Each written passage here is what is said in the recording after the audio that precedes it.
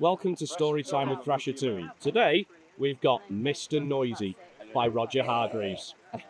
Mr. Noisy was a very, very noisy person indeed.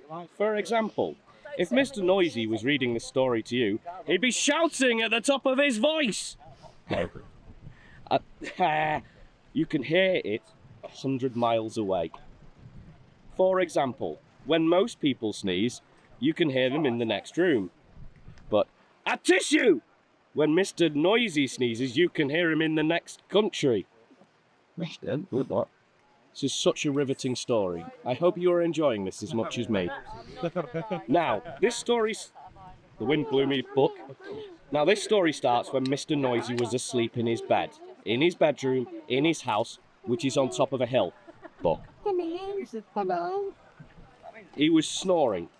And, as you can imagine, when Mr. Noisy snores, that is a snore worth hearing. It sounds more like a herd of elephants than a snore. Then Mr. Noisy's alarm clock went off. Mr. Noisy's alarm clock sounds like no other alarm clock in the world. It sounds more like a fire engine. Mr. Noisy woke up. And so too did all the people who lived in Wobbletown. What a place, I want to visit it. Which is at the bottom of Mr. Noisy's hill. Oh, it's the only one who can read. I am the only one of Thrashatouille who can read. This is why I am the one reading. Thank you, sous chef. Later that day, Mr. Noisy decided that he had to go shopping. He went out of his house, shutting the door behind him. Bang! The door wobbled. The house wobbled. The whole hill wobbled. Wobbletown wobbled. Even a bird flying high above wobbled. But I said, she's got... Then Mr. Noisy walked down the hill. Clump, clump, clump. He walked into the baker's shop. Crash!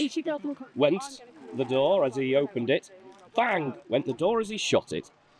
I'd like a loaf of bread, boomed Mr. Noisy to Mrs. Crumb, the baker's wife. Mrs. Crumb trembled and sold him a loaf. A matter of loaf and death. 1 minute, it was like... Then Mr. Then Mr. Noisy walked along the street to the butcher. Clump, clump, clump. He walked to the butcher's shop. Crash went the door as he opened it. Bang went the door as he closed it. I'd like a piece of meat, said most women. Boomed Mr. Noisy. Mr. Bacon, the butcher. Mr. Bacon trembled and sold him some meat. Meat. Anyway, afterwards, Mrs. Crumb met Mr. Bacon in the street. We really must do something about Mr. Noisy being so noisy, she said. Absolutely, replied Mr. Bacon, but what? I know, said Mrs. Crumb, and she whispered into Mr. Bacon's ear. Mr. Bacon smiled a small smile which grew into a broad grin. Mrs. Crumb said, think you have the answer. The following day, Mr. Noisy went shopping again. Clump, clump, clump. He went into Mrs. Crumb's shop. I'd like a loaf of bread, he boomed. Sorry, what did you say? Asked Mrs. Crumb, pretending not to hear. I'd like a loaf of bread, Mr. Noisy shouted. Sorry, said Mrs. Crumb. Can you speak up, please? I'd like a loaf of bread, roared Mr. Noisy. Can't hear you, replied Mrs. Crumb. Mr. Noisy then went into Mr. Bacon's shop. I'd like a piece of meat, he boomed. Mr. Bacon pretended not to notice. I'd like a piece of meat, shouted Mr. Noisy. Did you say something? Asked Mr. Bacon. I said I'd like a piece of meat, roared Mr. Noisy. Pan, said Mr. Bacon. Mr. Noisy gave up and went out and went home and went to bed. Hungry. The day after, Mr. Noisy tried again. He went into Mrs. Crumb's shop. I'd like a loaf of bread, he boomed. A what? Asked Mrs. Crumb. Mr. Noisy started shouting at the top of his voice. A loaf of... And then he stopped. And then he thought. And then he said quietly, I'd like a loaf of bread, please. Mrs. Crumb. Mrs. Crumb smiled. Certainly, she said. Then Mr. Noisy went into Mr. Bacon's shop. I'd like a piece of meat, he boomed. Did you say something? Asked Mr. Bacon. Yes, I did, shouted Mr. Noisy at the very, very top of his voice. I said, I'd like a... And then he stopped and thought. And then he said quietly, I'd like a piece of meat, please, Mr. Bacon.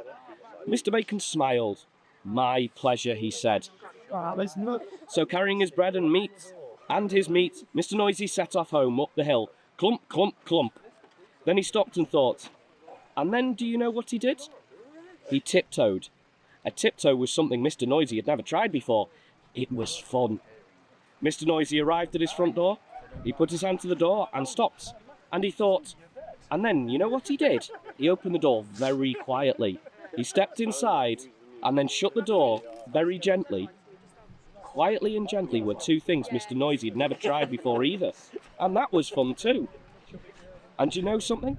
From then on, Mr. Noisy isn't as noisy as he used to be. And do you know what's something else? The people of Wobbletown are delighted, especially Mrs. Crumb and Mr. Bacon. And you know something else? Mr. Noisy has learned how to whisper. The end. Thank you for joining me. I am the pastry chef from Thrashatouille. Stay tuned for more story time, but it'll be another band, not me.